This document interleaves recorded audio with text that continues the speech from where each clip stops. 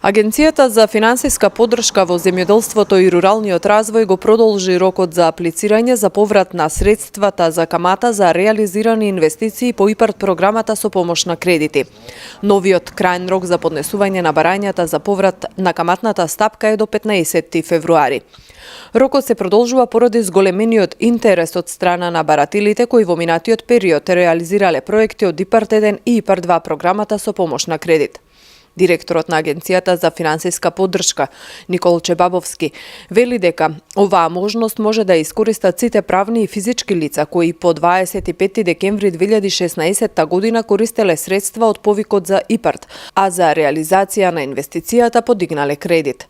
Таквите апликанти, според Бабовски, ќе може да добијат финансиска помош во висина од 50 до 75% од каматната стапка на годишно ниво за период од 10 години.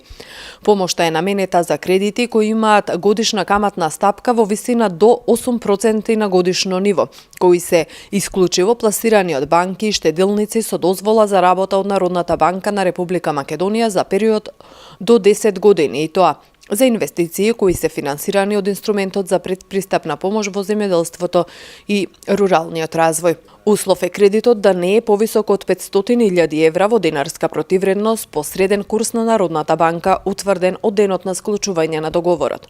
Право на користење на финансиска помош ќе имаат корисници на финансиски средства од ИПАРД кои подпишале договор после завршувањето на последниот јавен повик за субвенционирање на каматна стапка, односно после 25.12.2016 година. Сите кои ги исполнуваат условите, потребно е да креираат електронско барање по извршената регистрација на e-baranje.ipardpa.gov.mk за финансиска поддршка со соодветни податоци и да прикачат задолжителни електронски документи.